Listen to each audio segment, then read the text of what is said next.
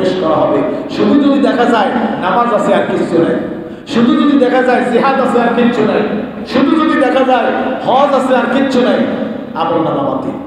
আমল নামা, একটা আমল নামা পূর্ণাঙ্গ হতে হলে নামাজ লাগবে, রোজা লাগবে, হজ লাগবে, দান সদকা লাগবে, যাকাত লাগবে, জিকির লাগবে, তাজকিয়া লাগবে, তাসাররুফ লাগবে, জিহাদও লাগবে। প্রত্যেকটা কাজ দিয়ে সাজানো হয় একটা আমল নামা। সুতরাং দুনিয়াতে আমরা যারা চলাফেরা করতেছি যেন সীমার মধ্য থেকে জীবনটাকে পার করতে পারি। আল্লাহ তাআলা তৌফিক দান করুন, বলি আমিন। কারণ জীবনটা তখন কোথায় থেমে যাবে কেউ জানি না। ওই জীবনের ঘড়ির কাঁটা থেমে যাওয়ার আগেই যাতে আমরা আমাদের হিসাবটা মিলাতে পারি, আল্লাহ তাআলা তৌফিক দান করুন। চ্যানেলটি সাবস্ক্রাইব করে আমাদের সঙ্গেই থাকুন। শয়তান প্রতিনিয়ত চেষ্টা করতেছেন আপনার আমার অন্তঃকরণ থেকে কিভাবে ঈমানটাকে কেড়ে নিয়ে যাওয়া যায়, কিভাবে আপনার আমার মধ্যে ভিন্ন চিন্তাধারা ঢুকিয়ে দেওয়া যায়, কিভাবে আপনার আমার মধ্যে মাথার মধ্যে ভিন্ন খাসলতকে ঢুকিয়ে দেওয়া যায়, কিভাবে আপনার আমার মধ্যে সন্দেহের বীজ বপন করে দেওয়া যায়। এই কাজটা শয়তানের, কাজটা কার? সুতরাং সমস্ত শয়তানি প্ররোচনা ফেলে দিয়ে একনিষ্ঠভাবে আল্লাহর উপরে ঈমান আনতে হবে এবং তাকেই বিশ্বাস করে চলতে হবে। আর তাকে যদি বিশ্বাস করে চলতে পারি তার নামই হলো ঈমান। এই দুনিয়াটা কিভাবে সাজাবো, এই দুনিয়াটা কেমনে সাজাবো, কিভাবে সাজাবো, তার পূর্ণাঙ্গ সিলেবাসের কথা আমি গত সপ্তাহে আপনাদেরকে বলেছিলাম।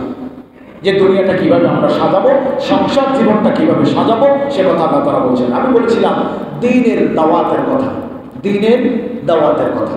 রাসূল করিম সাল্লাল্লাহু আলাইহি ওয়াসাল্লাম বলেন, দ্বীনের দাওয়াতের ব্যাপারে তুমি যদি একজন আল্লাহ ভোলা মানুষকে আল্লাহর পথ দেখিয়ে দিতে পারো, যেই লোকটা আল্লাহকে চেনে না, যেই লোকটা রাসূলকে চেনে না, যেই লোকটা নামাজ চেনে না, এমন একজন লোককে যদি তুমি আল্লাহর পথে তুমি জড়িয়ে দিতে পারো তোমার দাওয়াতের মাধ্যমে, তোমার কর্মনীতির মাধ্যমে যদি একজন মানুষকে আল্লাহর পথের দিশাটা দেখিয়ে দিতে পারো, রাসূল করিম সাল্লাল্লাহু আলাইহি ওয়াসাল্লাম বলেন ওই ব্যক্তিকে 1 বছর নফল ইবাদত করলে যে সওয়াব পাওয়া যাবে সমপরিমাণ সওয়াব আল্লাহ তাআলা আমলনামায় দান করবে।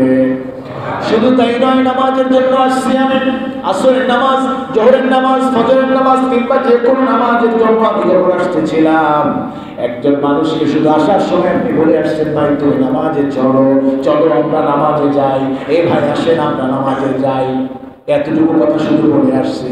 আপনি আমি জানি না আপনার আমার নামাজটা কবুল হয়েছে কি হয় নাই, এতটুকু কথা বলার জন্য কিন্তু আল্লাহ তাআলা ফরজ নামাজ কবুলিয়াত 1 ওয়াক্ত নামাজের সওয়াব বান্দার আমলনামায় দান করে।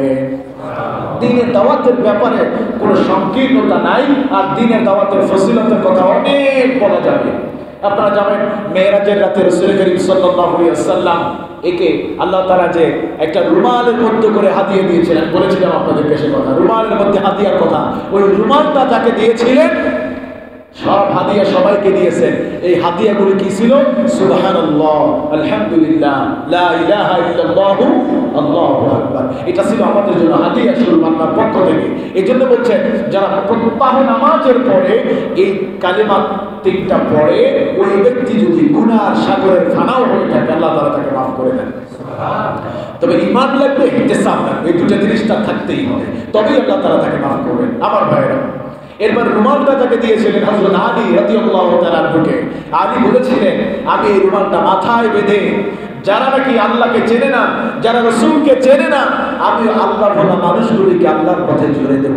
রাসূল করিম সাল্লাল্লাহু আলাইহি ওয়াসাল্লাম বলেছেন, হ্যাঁ ঠিক তোমার কথাই আল্লাহ তাআলা বলেছেন। এই জন্য আল্লাহ বলেছেন যারা এই কাজটা করবে এই রুমালটা যেন আমি তাকে হাদিয়া স্বরূপ দেই। আলী এই রুমাল তোমার জন্য।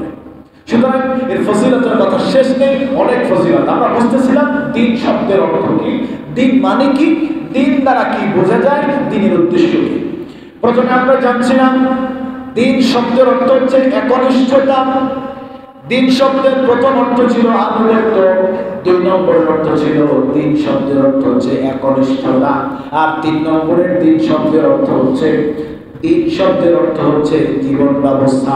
মনে আছে দ্বীন শব্দের অর্থ কি? জীবন ব্যবস্থা, মানে জীবনটাকে যা দিয়ে আমরা সাজাবো তার নাম হলো দ্বীন।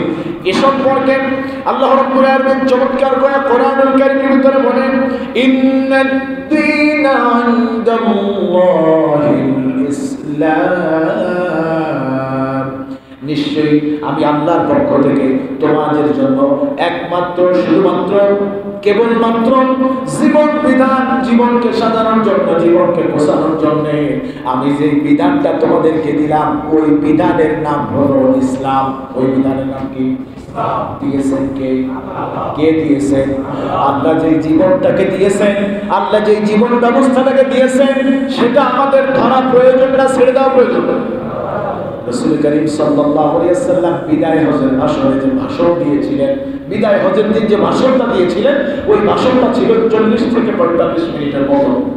এই ভাষণে রাসূল করিম সাল্লাল্লাহু আলাইহি ওয়াসাল্লাম কিন্তু বলেছিলেন, আমি তোমাদেরকে বড় লম্বা চওড়া অনেক কিছু জিনিস রেখে যাচ্ছি না, আমি তোমাদের জন্য দুটো জিনিস রেখে যাচ্ছি, এক হলো কোরআন আর এক হলো হাদিস। এই দুটো জিনিসকে আঁকড়ে ধরো, কখনোই তোমরা পথভ্রষ্ট হবে না। আজ আমরা পথের দিশাই পাচ্ছি না, পথই খুঁজে পাচ্ছি না, কোন পথে চলবো, কোন মতে চলবো, কোন নেতার পিছনে ঘুরবো, কোন নেতার পিছনে ঘুরবো না, বুঝতে পারি না। একমাত্র কারণ হলো আমরা কোরআনের অনুসরণ করি।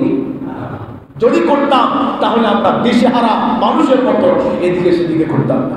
রাসূল করিম সাল্লাল্লাহু আলাইহি ওয়াসাল্লাম বলেন, তারাকতু ফীকুম আমরাইন لن تضلوا ما تمسكتم بهما كتاب الله وسنة رسوله।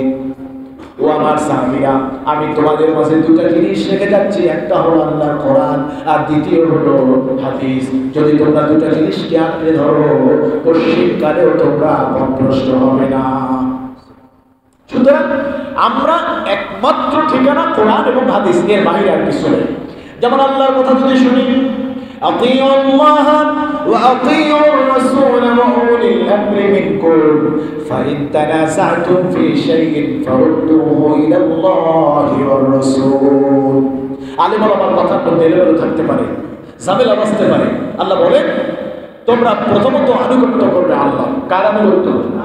প্রথমত আল্লাহর আনুগত্য। আল্লাহ কি বলেন ওটা শোনো আগে, তারপরে আমার রাসূল কি বলেন ওটা শোনো, তারপরে আমার আল্লাহর আনুগত্য আগে, রাসূলের আনুগত্য তারপরে, তারপরে একজন আনুগত্য করতে হবে। বলেন তো তিনি কে? প্রথমে আল্লাহর আনুগত্য করতে হবে, পরে রাসূলের আনুগত্য করতে হবে, তারপরে একজন আনুগত্য করতে হবে। বলেন তো তিনি কে? দায়িত্বশীল। এই যে সুন্দর কথা বলেছেন, দায়িত্বশীল ব্যক্তি, চমৎকার। দায়িত্বশীল ব্যক্তিকে উলিল আমর, কোরআন যারা পড়েন তারা জানেন, উলিল আমরি মিনকুম, উলিল আমর দ্বারা বোঝানো হয়েছে উলামায়ে কেরামের আনুগত্য করা। কার আনুগত্য করা? উলামায়ে কেরামের আনুগত্য করা।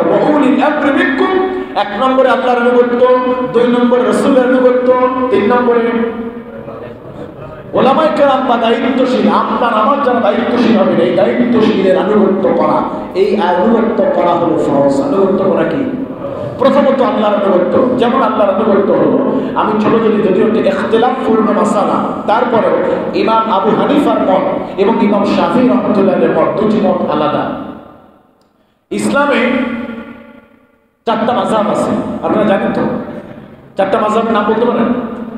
হ্যাঁ, হানাফি, শাফিঈ, মালিকি, হাম্বলি। এই 4টা মাযহাব মানে পথ, 4টা পথ বা পদ্ধতি বা সিস্টেম। ওই 4টা রাস্তার ঠিকানা একই জায়গায়, 4টা রাস্তার ঠিকানা একই জায়গায়, 4টা রাস্তা ঘুরে এক জায়গায় গিয়ে থামছে। ওই জায়গাটার নাম কি? চেনেন না আসলে? ওই 4টা রাস্তার একই ঠিকানা, ঠিকানা হলো জান্নাত। ইমাম আবু হানিফা